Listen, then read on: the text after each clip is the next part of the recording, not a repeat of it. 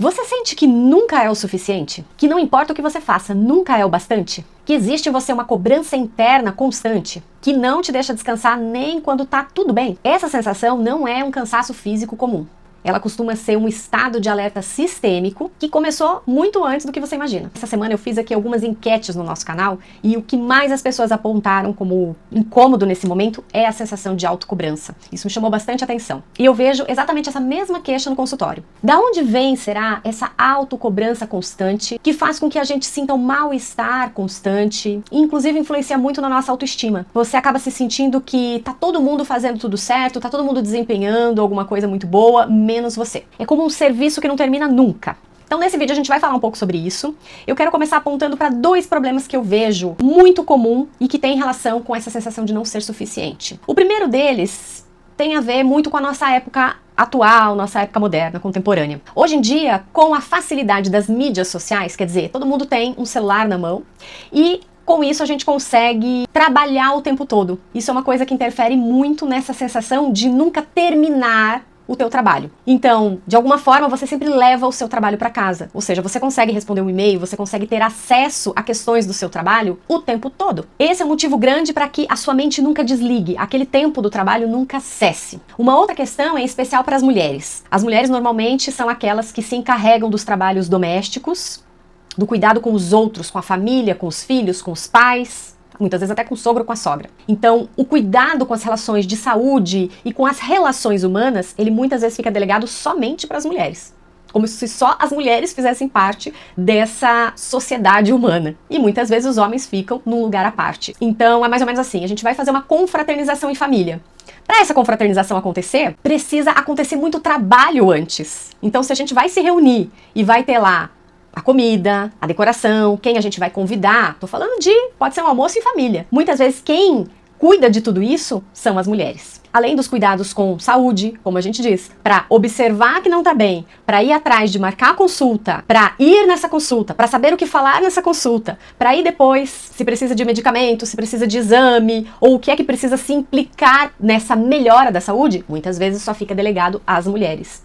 Este também é um exemplo de exaustão mental que acontece nas mulheres, ou seja, é um trabalho ininterrupto, um trabalho que não termina nunca. Uma pessoa comentou aqui no canal, inclusive, né, uma mulher, que para que ela possa ter algum momento de prazer, ou seja, se exercitar, fazer alguma coisa somente para si mesma, ela não consegue parar de pensar no trabalho de casa, no trabalho dela, na questão com a família, ou seja, exatamente essa sensação de nunca parar.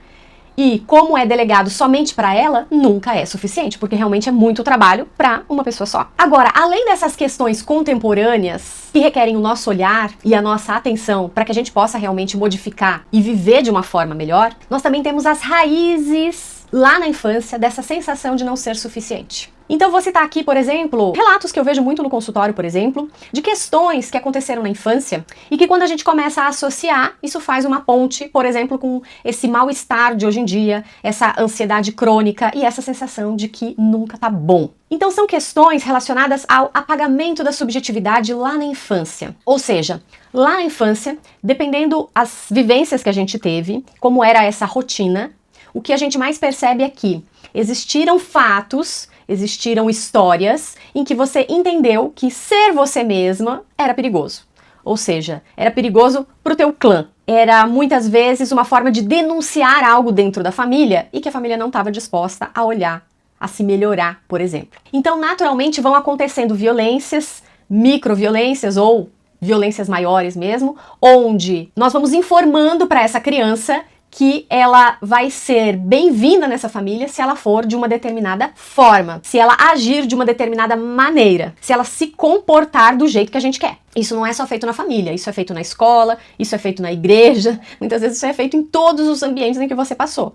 Então, naturalmente, contribui para que você vá formando aquilo que o Winnicott dizia como um falso self, ou seja, é um self como uma máscara, né? Como você começa a interpretar alguma coisa que não é necessariamente você. Aquilo que você não concorda, você recebe uma repreensão, Isso acontece uma, duas, três, acontece o tempo todo, você entende, bom, então eu preciso me comportar de uma determinada forma. A parte sua, que era contraditória, você deixa lá debaixo do tapete, lá no sótão da sua casa, ou seja, lá no inconsciente. Então, essas situações, elas acontecem muito comumente quando, por exemplo, a criança chora e a gente fala para ela engolir o choro. A gente não permite que ela sinta aquela frustração. Isso a gente vai fazendo uma negação da realidade emocional dessa criança. Frases como você não tem que querer. Essa frase é tão contraditória, né? Porque a criança ela é puro querer. E aí a gente fala pra criança não tem que querer. Como se a gente tá dizendo, você não é um sujeito aqui. Só pode querer quem é adulto, quem tem dinheiro, quem manda. E isso faz um apagamento da própria vontade dessa criança.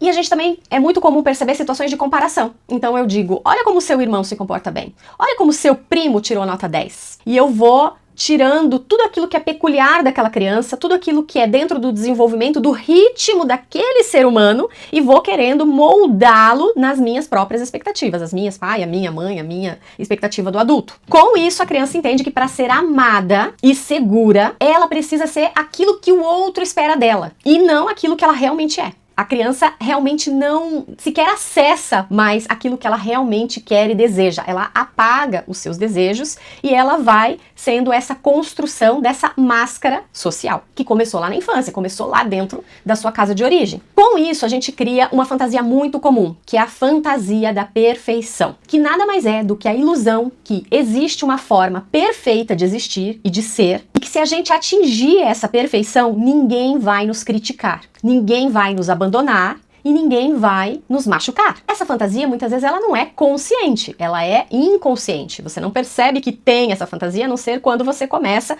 muitas vezes no seu processo de análise, a olhar, dedicar tempo, energia para falar sobre isso, falar sobre o sintoma, o que está acontecendo. E qual é o sintoma que aparece lá na ponta? A ansiedade. A ansiedade é um dos sintomas mais comuns que vai acontecer na fantasia de perfeição. Ou seja, a ansiedade hoje é a energia gasta para manter essa máscara de perfeição. E é o medo constante de ser descoberta como alguém insuficiente, alguém falho, alguém fraco. Na verdade, essa fantasia, ela é uma forma de desumanização, porque nós, humanos, somos falhos. Nós não somos perfeitos o tempo todo. Agora, outra coisa importante de saber é que esse modelo de defesa psíquica que cria essa fantasia para te defender também fica armazenado no seu corpo.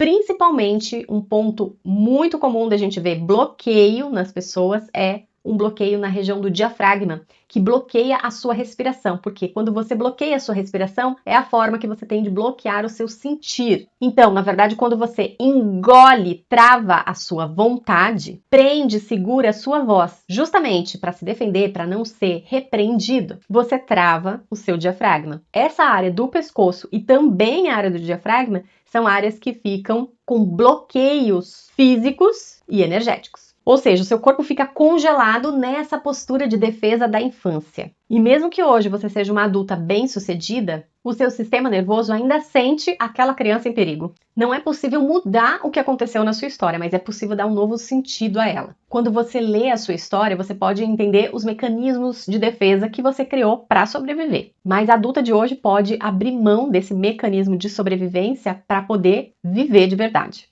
Então, tanto contar a própria história quanto habitar o próprio corpo, com integridade, com leveza e com fluidez dentro do próprio corpo. A saída da ansiedade passa por ensinar ao corpo que o momento presente é seguro. É sobre descongelar as emoções através do movimento e da respiração. Se você quiser saber mais sobre esse conteúdo, eu escrevi um artigo que vai estar aqui embaixo nos comentários. Você pode clicar no link. No próximo vídeo, então, eu vou mostrar uma técnica de desbloqueio dessa região do diafragma para exatamente você começar a acessar os teus sentimentos, o teu querer e a tua vontade através de uma respiração ampla e, consequentemente, já saindo da ansiedade pela própria respiração. Se você gostou do vídeo, curte, compartilha, se inscreve nesse canal, porque esse é um canal sobre saúde mental, ansiedade e autoestima.